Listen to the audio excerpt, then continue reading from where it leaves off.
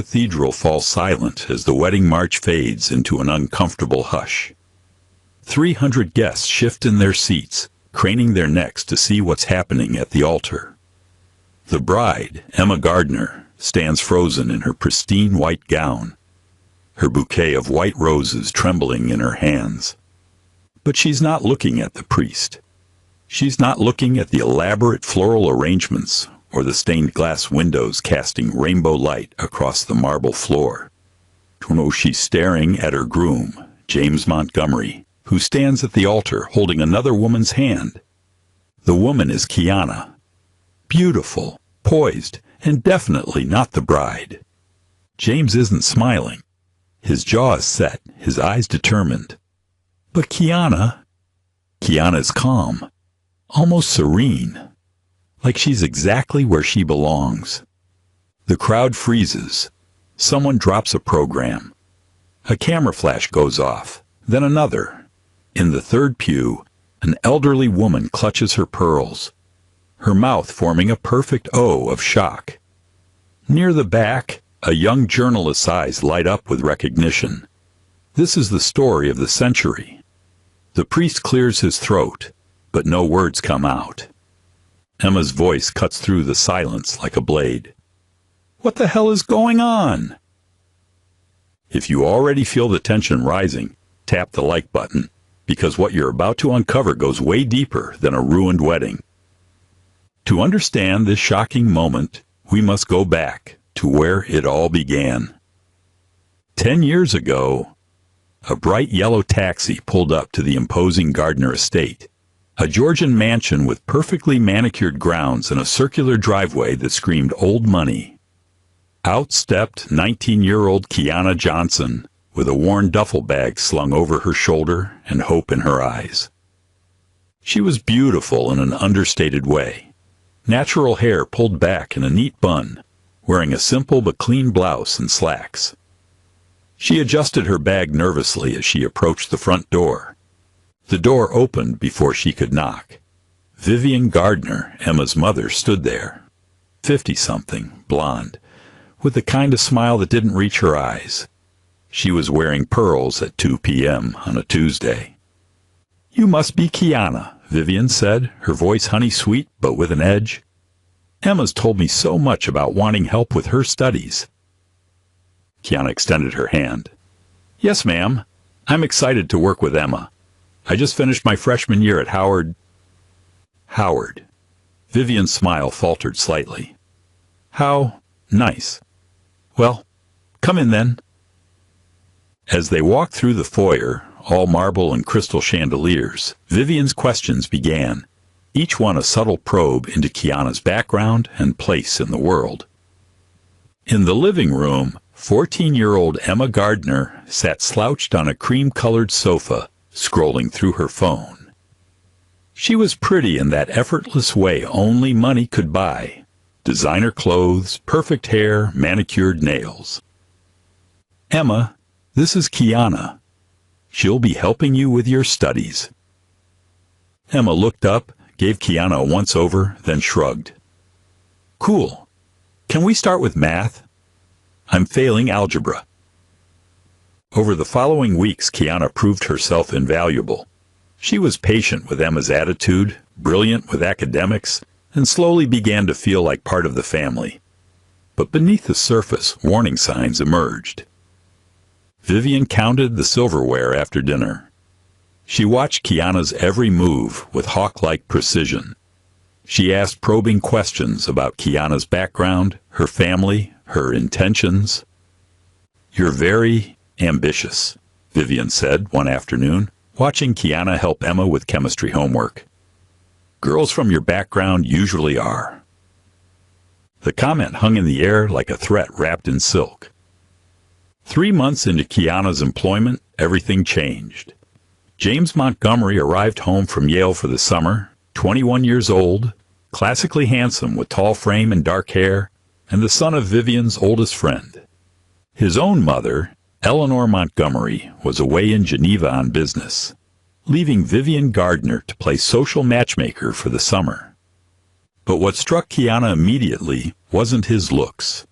It was how he treated her like a person, not the help.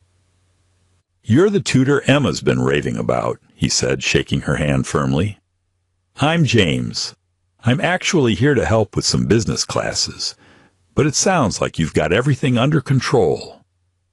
"Emma's brilliant," Kiana replied. "She just needed someone to believe in her." James smiled, a real smile, spoken like a true teacher. As the summer progressed, James and Kiana found themselves drawn together by shared interests and deep conversations. After Emma's tutoring sessions, they would linger in the library, discussing everything from literature to politics to their dreams for the future. "You want to be a lawyer?" James asked one evening, genuinely interested. "Family law," Kiana nodded. "I want to help kids who don't have advocates." That's incredible. Most people our age are still figuring out what they want to do this weekend." Their friendship deepened naturally. James started staying later, bringing coffee for their talks. He asked about her classes, her family, her thoughts on social justice and literature. For the first time in her life, Kiana felt truly seen and valued for her mind. One evening, as they discussed a case study for Emma's civics class, their hands accidentally touched over the textbook. The electricity was immediate and undeniable. "Kiana," James said softly. She looked up, and in that moment, they both knew. The attraction was mutual, deep, and impossible to ignore. But before anything could happen, footsteps echoed in the hallway.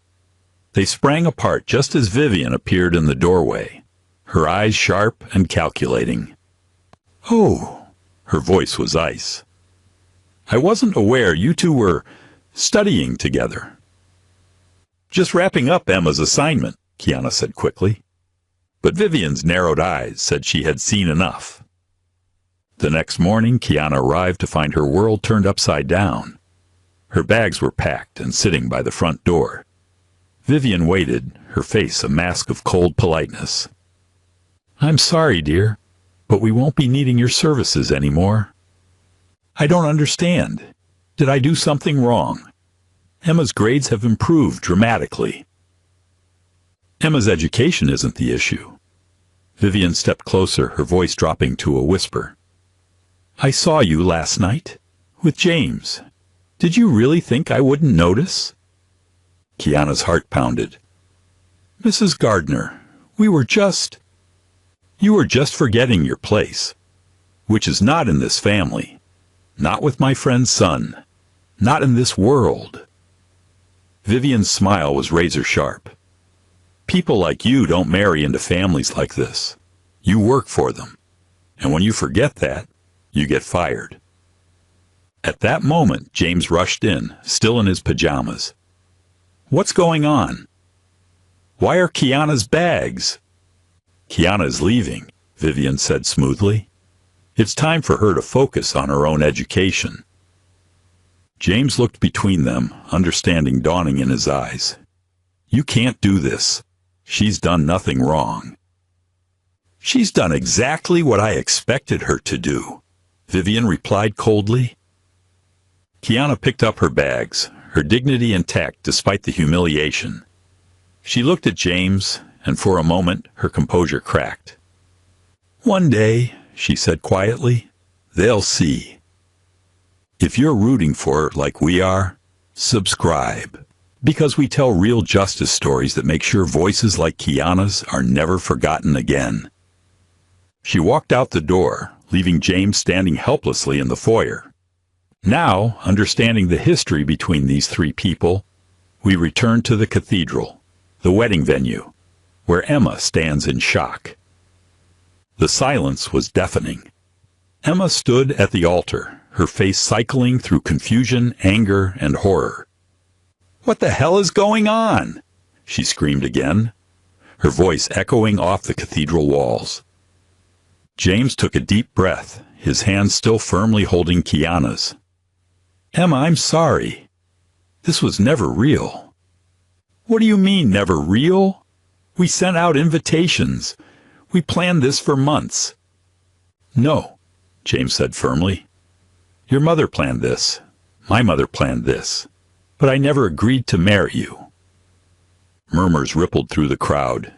Vivian, sitting in the front row, went pale. Behind her, James's college roommate nodded slowly, pieces of old conversations finally clicking into place. A society photographer lowered her camera, realizing she was witnessing something far more significant than a wedding. You're having a breakdown, Emma said desperately. This is just wedding nerves. Put down her hand and let's... I can't do that, James interrupted, because she's my wife. The cathedral erupted. Gasps, shouts, the sound of programs fluttering to the floor. Someone in the back row started recording on their phone. A middle-aged man in an expensive suit shook his head in disgust, while his wife beside him looked torn between scandal and sympathy. Two young women near the aisle exchanged meaningful glances. They'd suspected something was off about this rushed engagement. That's impossible, Vivian stood, her voice shaking. You barely know each other. Kiana spoke for the first time, her voice calm and clear. We know each other very well, Mrs. Gardner. We've been married for 3 years. This revelation demands an explanation. Here's what really happened after Kiana left that day. 7 years earlier, James had tracked down Kiana at Howard University. He found her in the library where she spent most of her time, working 3 jobs to pay for school. James? What are you doing here? She asked, looking up from her books with surprise. I've been looking for you for months. He sat down across from her, his eyes intense. I couldn't let it end like that. What Emma's mother did, what she said, it was wrong. I'm sorry. Kiana closed her book slowly. You don't have to apologize for her. Yes, I do. And I have to tell you something else. He leaned forward. I'm in love with you. I have been since that first night we talked about your dreams. For a moment, Kiana's composure wavered. James, your family... My family doesn't get to choose who I love. But the path to love wasn't simple. James's family threatened to cut him off completely if he pursued Kiana. They made it clear that his trust fund, his inheritance, his very place in their world depended on him coming to his senses. So James and Kiana made a difficult choice. They would build their own life together, quietly, away from the spotlight of family expectations. 3 years ago, in a small ceremony in a courthouse in Alexandria, Virginia, James and Kiana exchanged vows. No family, no fanfare, just love and commitment and the promise to face the world together. They built a beautiful life.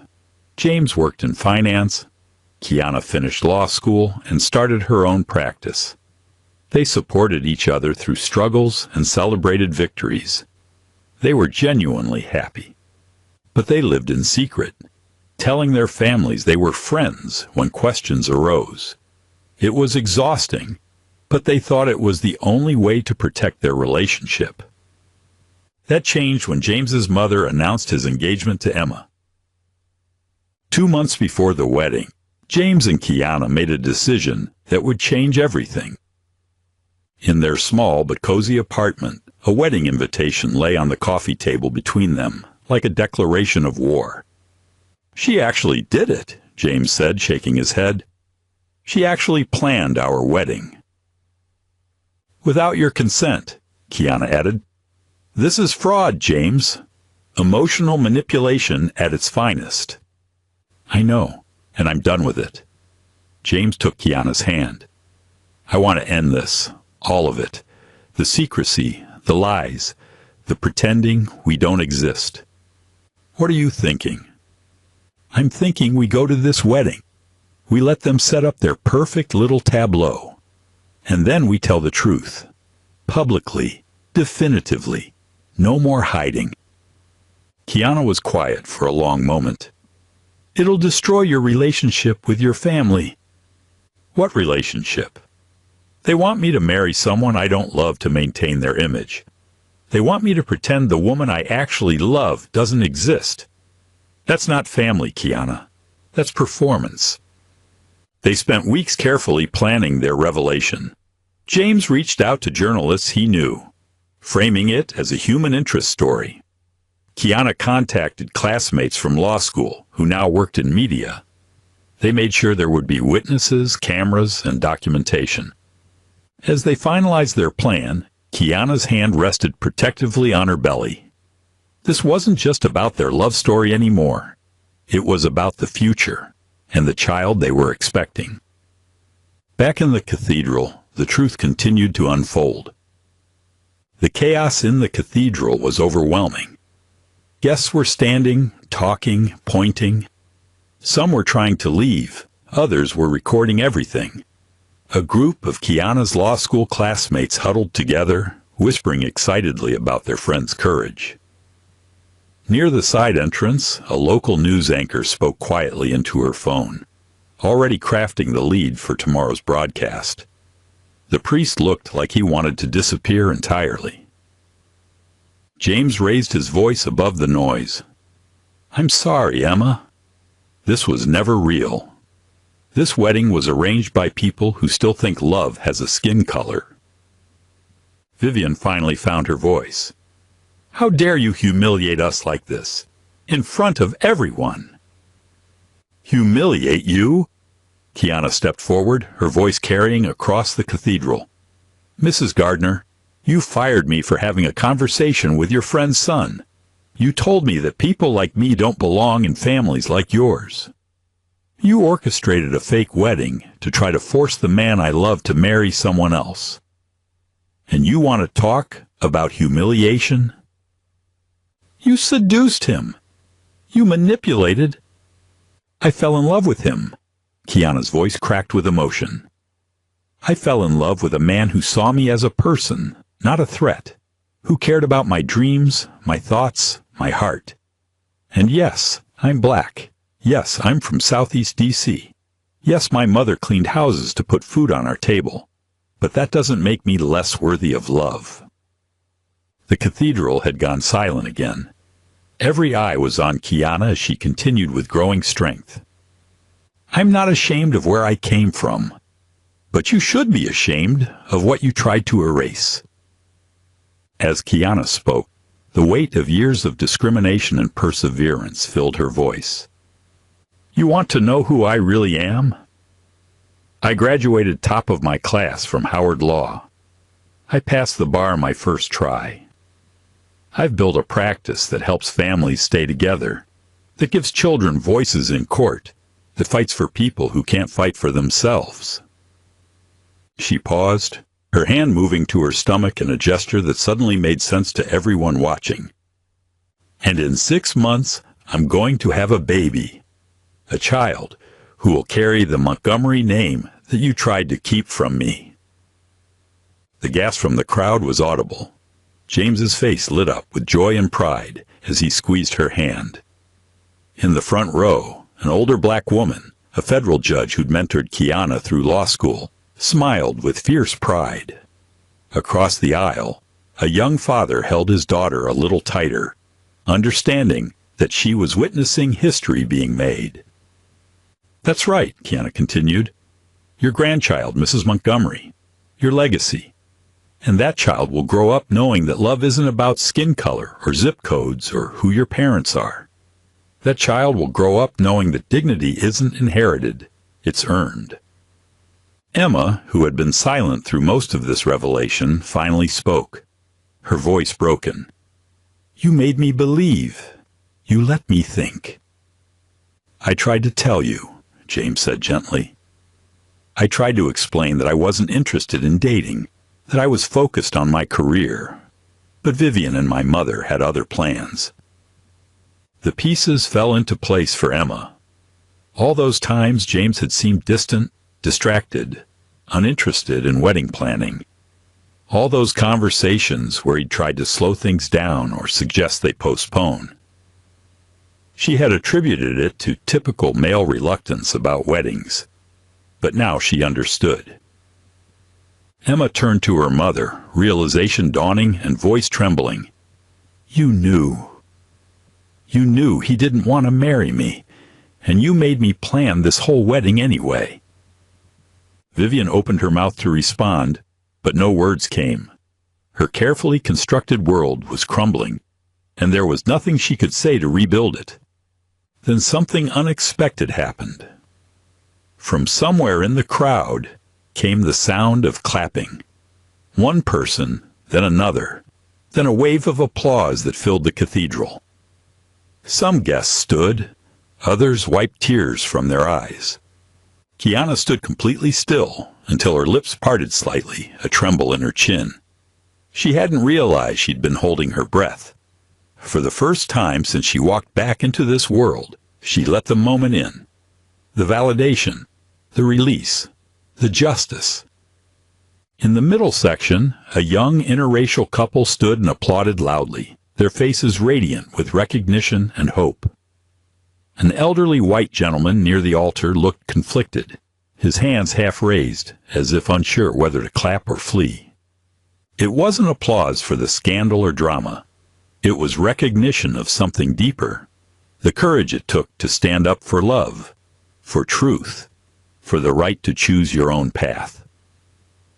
A reporter pushed forward through the crowd, microphone in hand. Can you tell us what this was really about? James and Kiana looked at each other, then back at the assembled crowd. It was about truth, Kiana said simply. About the fact that love doesn't need anyone's permission. And about the fact that families aren't about blood or money or social status, James added. They're about choosing each other, supporting each other, and standing up for what's right. Near the front, Eleanor Montgomery, still impeccably dressed, remained seated, frozen. She didn't clap. She didn't scowl. But her eyes followed Kiana the entire way, unreadable until they softened, just for a moment. As James and Kiana walked down the aisle together, hand in hand, their heads held high, the symbolism was clear. They were walking away from a world that had tried to define them by others' expectations and toward a future they had chosen for themselves. The camera pulled back to show the cathedral, the scattered programs, the guests still talking in hushed tones, the altar where a fake wedding had become the stage for a real declaration of love and independence. At the center of it all stood two people who had chosen love over fear, truth over appearances, and each other over everything else the world had tried to force upon them. As the dust settled and the crowd began to disperse, the real meaning of the day became clear. Kiana had been invited into the Gardner world as a servant, someone to be used and discarded when convenient. But she was leaving as something far more powerful, as a woman who had claimed her place, her voice, and her right to love and be loved. The child she carried would grow up in a world where their parents had refused to hide, had stood up to prejudice, and had chosen truth over comfort. That child would inherit not just a name, but a legacy of courage. She was once told she didn't belong in the house, but now she holds the keys. If this story hit you deep, share it with someone who needs to be reminded. Love, truth, and courage always win. Stories like this remind us that justice isn't about revenge. It's about rebuilding the world so that no one else has to suffer the way you did. Sometimes the most powerful thing you can do is simply refuse to be erased. Hey, thanks for watching. See you in my